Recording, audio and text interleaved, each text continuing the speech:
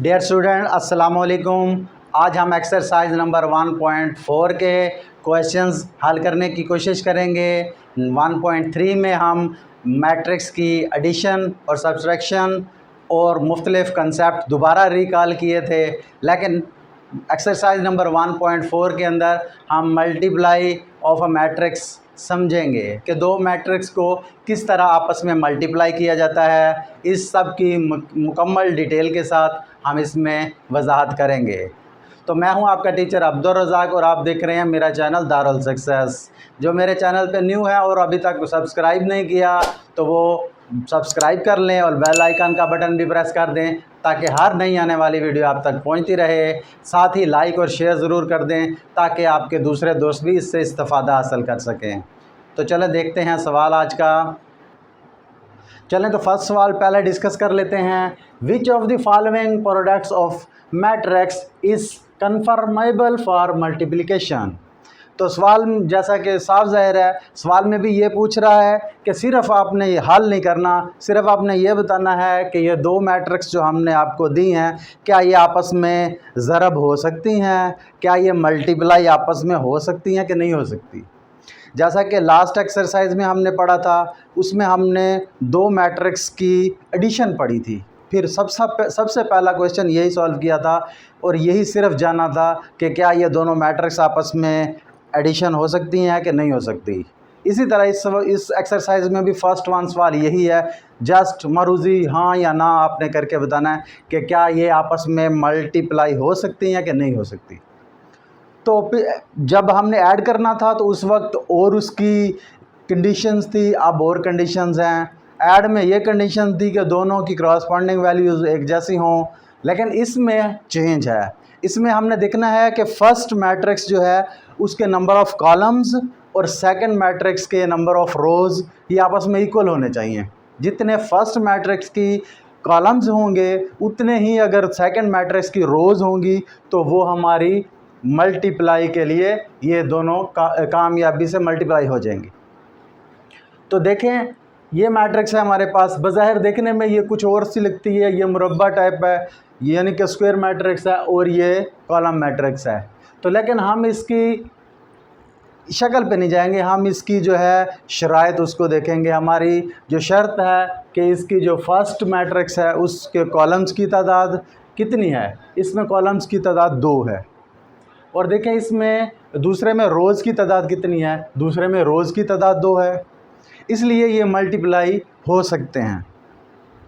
इसी तरह नेक्स्ट देख लें कि इसमें 2 कॉलम्स हैं और इसमें भी 2 रोज़ हैं, तो ये भी मल्टीप्लाई होने के काबिल हैं। और इसी तरह नेक्स्ट देखें थर्ड वन, इसमें 1 कॉलम है और 2 रोज़ हैं नेक्स्ट मैट्रिक्स में। तो देखें ये हमारी कंडीशन पूरी नहीं कर रही। इसके जितने कॉलम्स उनमें होने चाहिए इसकी उतनी रोज़ होनी चाहिए, तब वो कन्फर्मेबल फॉर मल्टीप्लिकेशन होगा। तो अब देखें इसमें कॉलम 1 है, इसमें रोज़ 2 हैं, तो ये मल्टीप्लाई नहीं हो सकती। बस ये सवाल आए तो आपने जस्ट नीचे लिखना है कि ये मल्टीप्लाई नहीं हो सकती क्योंकि इसमें नंबर ऑफ़ कॉलम्स जो हैं फर्स्ट वन के और number of rows second matrix के इक्वल नहीं है। इसी तरह आप जान गए होंगे इसमें देखें 2 ही कॉलम है, इसमें 2 ही रोज़ हैं, तो ये भी मल्टीप्लाई हो सकती है। अब इसमें देखें 3 कॉलम्स हैं और इसमें 3 रोज़ हैं, तो तकरीबन सब पार्ट्स जो हैं ये मल्टीप्लाई होने के लिए कामयाबी से मल्टीप्लाई हो सकते हैं, सिवाय इस एक थर्ड वन पार्ट के, क्योंकि इसके अंदर हमारी कंडीशन फॉलो नहीं हो रही।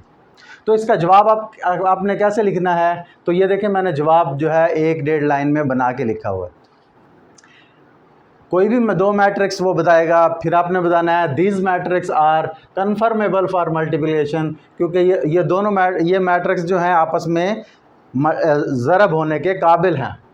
क्योंकि because the number of columns of first matrix, पहली जो मैट्रिक्स है, पहला जो कॉलम है उसके जो कॉलम्स की तादाद है is equal to number of rows of second matrix, तो वो बराबर है दूसरी मैट्रिक्स के नंबर ऑफ़ रो के, इसलिए ये कन्फर्मेबल फॉर मल्टीप्लिकेशन है। तो इसका जस्ट आपने इसमें अनकन्फर्मेबल फॉर मल्टीप्लिकेशन लिखना है कि ये जी मुमकिन नहीं है इसकी मल्टीप्लिकेशन। तो मुझे लगता है आप कोई डाउट नहीं रह गया होगा, तमाम को आसानी से समझ आ गई होगी, क्योंकि ये इब्तदाई कंसेप्ट था। सिर्फ ये जानना था कि नंबर ऑफ़ कॉलम्स और नंबर ऑफ़ रोज़ सेकंड की बराबर होनी चाहिए। तो नेक्स्ट क्वेश्चन देखें, क्वेश्चन नंबर 2 है। इसमें हमारे पास दो मैट्रिक्स गिवन है, matrix A and matrix B. Find में कहता है find A B and B A को बी से मल्टीप्लाई करें और बी को ए से मल्टीप्लाई करें। लास्ट में लिखता है इफ़ पॉसिबल, अगर मुमकिन हो तो जो है इसे मल्टीप्लाई कर दें। तो ये इफ़ पॉसिबल उसने क्यों लिखा? अगर मुमकिन हो तो इसका मतलब ये हुआ कि शायद मुमकिन नहीं है, कोई ना कोई जुज़ जो है, कोई ना कोई इसका पार्ट जो है मुमकिन नहीं होगा, जिसलिए उसने लिखा। नहीं तो ये लिखने की उसे ज़रूरत नहीं थी, वो जस्ट कहता कि find A B and B A. ये देखें, जैसे चोर की दाढ़ी में तिनके वाली बात है, वो खुद ही थोड़ा डाउट आ रहा था सवाल को पढ़ते ही।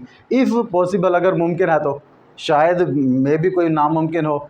चलो चेक करते हैं, दोनों क्वेश्चन करके देखते हैं, और मल्टीप्लाई का जो है हमारा कंसेप्ट भी मज़ीद क्लियर होगा कि किस तरह मल्टीप्लाई करना है। तो हमारे पास ये मैट्रिक्स है, इस पार्ट में जो है हमने ए बी फाइंड करना है, यानी हमने मैट्रिक्स ए को मैट्रिक्स बी से ज़रब देनी है। बी को ए से ज़रब देंगे तो वो डिफरेंट चीज़ हो जाएगी। देखें, ए है 3 0 -1 2, इसी तरह बी है 6 और 5। सबसे पहले हम ये जान लें कि क्या ये कन्फर्मेबल है मल्टीप्लिकेशन के लिए। तो देखें, इसके नंबर ऑफ़ कॉलम्स 2 हैं, इसके नंबर ऑफ़ रोज़ भी 2 हैं, तो ये हो सकता है। तो हम इसे मल्टीप्लाई करने जा रहे हैं। देखें क्या तरीका है मल्टीप्लाई करने का। मल्टीप्लाई करने का तरीका यह है कि पहली की रोज़ को दूसरे के कॉलम से ज़रब देनी है। कैसे? इसके फर्स्ट वन को इसके फर्स्ट वन से और इसके सेकंड वन को इसके सेकंड वन से ज़रब देनी है। तो देखें, 3 ज़रब 6 प्लस 0 ज़रब 5, ये ऐसे। यानी एक रो एक कॉलम से जब ज़रब लेगी तो उसका जवाब भी एक ही आएगा, जमा नफ़ी हो के एक ही जो है अदद हमारे पास हासिल होगा। इन सब को हल करने के बाद एक जवाब आ जाएगा। इसी तरह अब यही रो होनी थी और नेक्स्ट यही रो रहनी थी, अगला कॉलम आ जाना था, लेकिन इसमें तो कॉलम है ही एक, तो इसलिए बस जस्ट यही है। अब इससे अगला कॉलम नहीं है तो इसकी बारी। अब इसने जो है, इस रो ने फिर इसी कॉलम से मल्टीप्लाई होना है। तो देखें, -1 मल्टीप्लाई 6 प्लस 2 मल्टीप्लाई 5। अब यही रो अगले कॉलम से भी लेनी थी, अगर होता तो वो है नहीं, इसलिए बस क्लोज हो गया। यहाँ पे देखें, 6 3 दा 18 प्लस 0 5 दा 0। इसी तरह नीचे देखें, 6 1 दा 6, लेकिन माइनस का, प्लस 5 2 दा 10।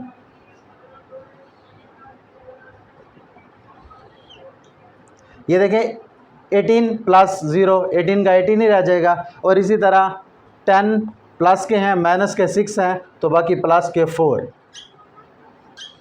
तो ये हमारा मल्टीप्लाई करने का तरीका है। किस तरह मल्टीप्लाई किया? अभी मज़ीद हमारे पास पूरी एक्सरसाइज है जिसमें हम मल्टीप्लाई करने की एक्सरसाइज करेंगे।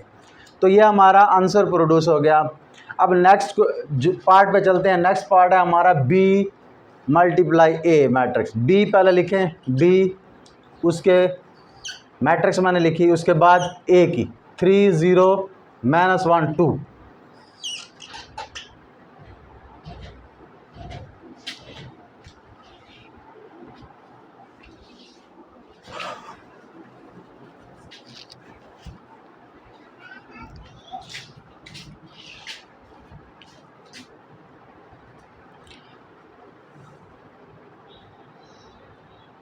हाँ जी, तो इसे देखें, सबसे पहले हम वही कंडीशन इसकी भी देखेंगे, क्या ये मल्टीप्लाई होने के लायक है कि नहीं है।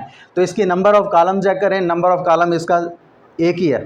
इसकी नंबर ऑफ़ रोज़ चेक करें, वो 2 हैं। तो ये मल्टीप्लाई होने की कंडीशंस कोई फॉलो नहीं कर रहा।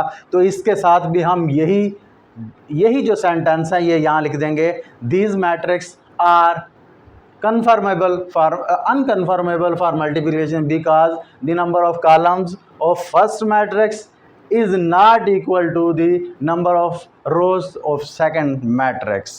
तो देखें स्टूडेंट, निहायत आसान सवाल, इंतहाई आसान सवाल। इसके मज़ीद क्वेश्चन जो है हम अगली लेक्चर्स में डिस्कस करेंगे और इसकी मज़ीद प्रैक्टिस होगी तो हमें जो है ये मल्टीप्लाई करना भी इंतहाई आसान लगेगा। तो तब तक के लिए इजाज़त दीजिए। अल्लाह हाफिज़।